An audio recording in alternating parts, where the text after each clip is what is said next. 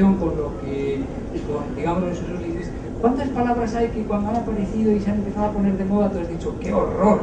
Y sin embargo ahora las dices. Muchas. ¿Seguro? ¿Seguro?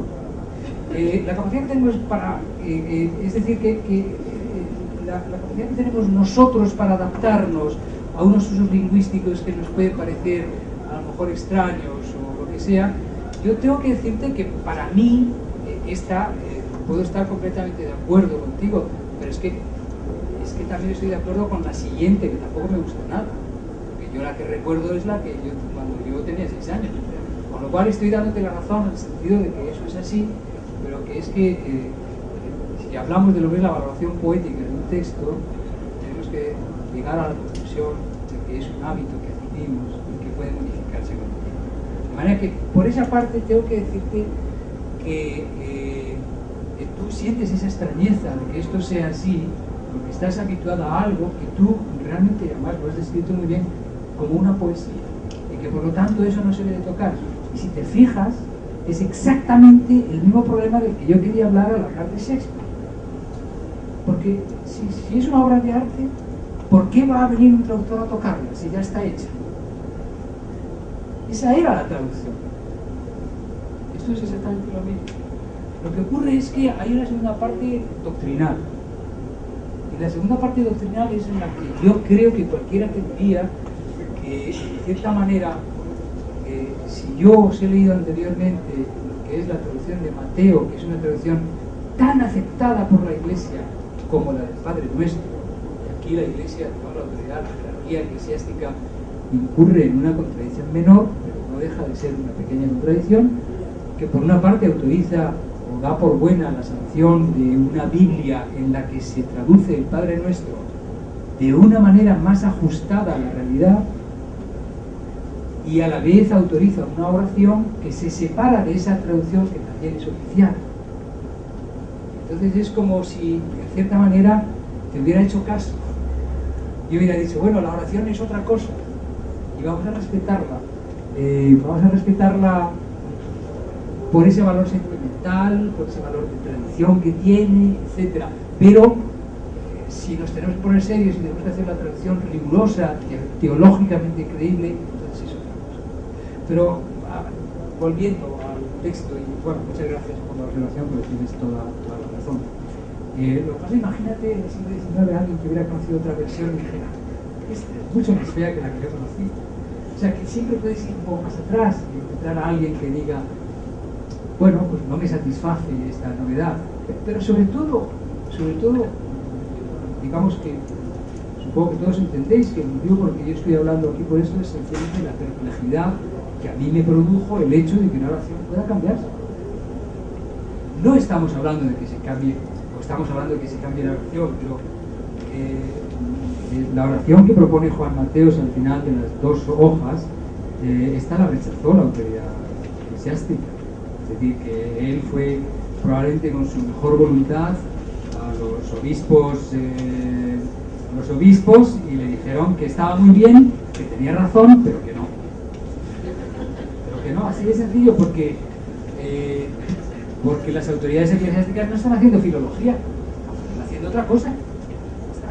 Y esa otra cosa pues, tiene que ver con la filología, pero la filología debe someterse a otros criterios que son los criterios pastorales, doctrinales, el tipo que sea. Y además vamos a llegar a un verso incluso en el que la polémica es todavía más compleja, porque ahí claramente en la versión nueva la Iglesia hace algo que sencillamente tautológicamente no es muy admisible porque no está justificado de ninguna manera en el texto original que aparece en Mateo. Bien, realícese en la tierra tu designio del cielo.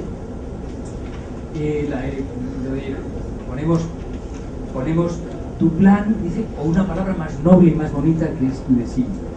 De manera que Dios tiene un designio, ¿cuál es? Ya lo sabemos, que esa humanidad nueva construya una sociedad nueva.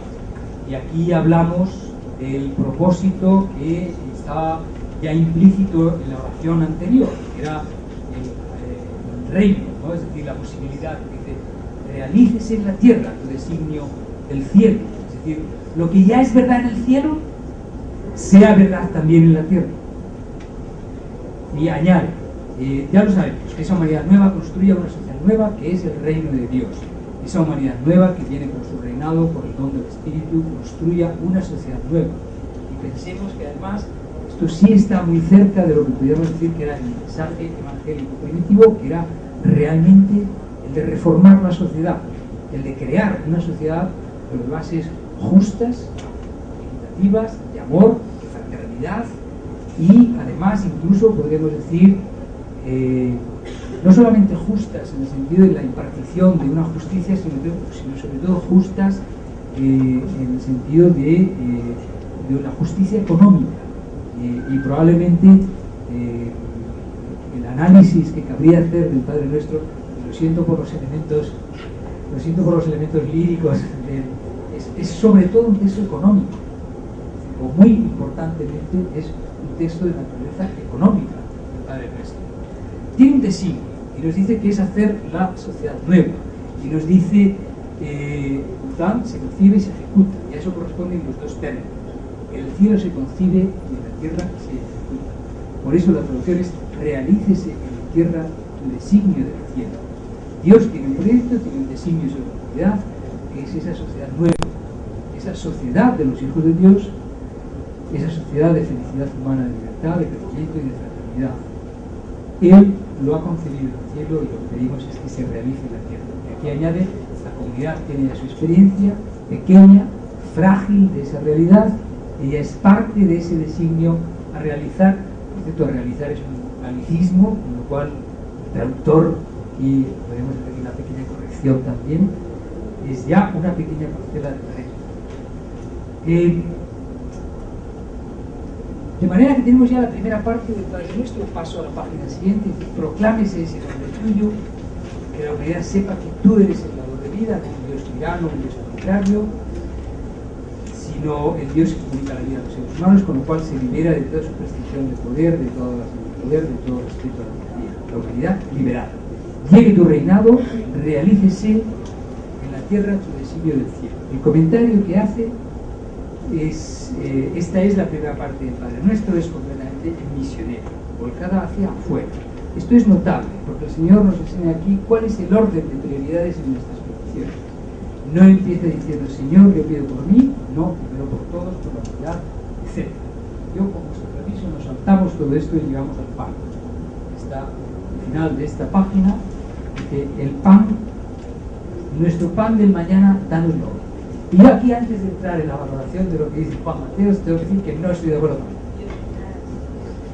Simplemente, no estoy de acuerdo con él porque me parece que esto es ya yo que diría que esto es uno de los riesgos clásicos del buen traductor incluso, que llega un momento en que dice, bueno, pues por lo bien que voy a hacer algo todavía mucho más complicado, y entonces llega un punto en que ya no le acompaña, yo diría, la sensatez, sobre todo, porque si uno lee la frase y dice, nuestro pan del mañana, dánosle hoy, bueno, esto exige unos volatines un poco raros, ¿no? Es decir, esto ya es difícilmente justificable desde el punto de vista de la teología. Y aquí dice, la siguiente petición se decía, el pan nuestro de cada día, dánoslo hoy, lo cual es mucho más sensato, infinitamente más sensato. Y además esto lo entendemos todo, y porque precisamente está, podríamos decir, dentro de la parte que yo decía que era la parte económica del Padre Nuestro, que es evidentemente no sé decir procurar la subsistencia, pero obviamente hay un sentido en el Padre Nuestro, en la oración, según el cual lo que se establece es, digamos, un régimen de vida que permita a todas las personas una vida digna. No pide nada más que el pan de cada día, pide el cambio. La verdad es que la justificación, y aquí desde luego mis conocimientos no me acompañan como para decir que esto es así, dice, ahora creo que han modificado un poco, añade Juan Marcos. ¿Quiere decir realmente esto? Dice, es raro, porque un poco después, en el Evangelio, el Señor nos dirá que no nos preocupemos por el mañana, que no nos preocupemos por lo que tenemos que comer, por lo que tenemos que vestir, Y es muy raro que en la oración central él ponga la petición del